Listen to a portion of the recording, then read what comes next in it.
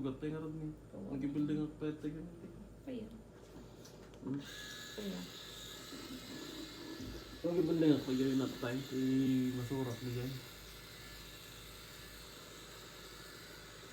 Makaalamat.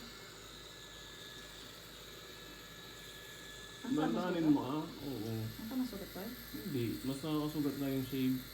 Talmog mo na eh. Ang dahan-dahan lang. Mag-ikat. Huwag mo na may ikat. Unsa? Ano, grabe man. Balik ka. Huwag kang pang ignorante garo niya.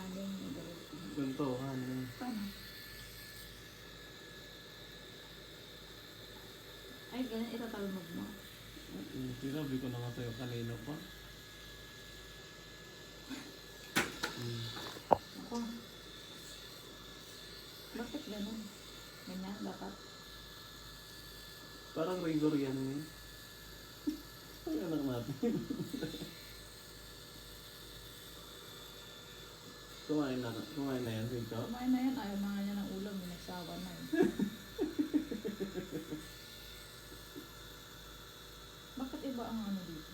Ano? Pag dun sa banikot, iba yung lasa ng baboy. Iba yung lasa ng baboy dito, alam mo naman dito.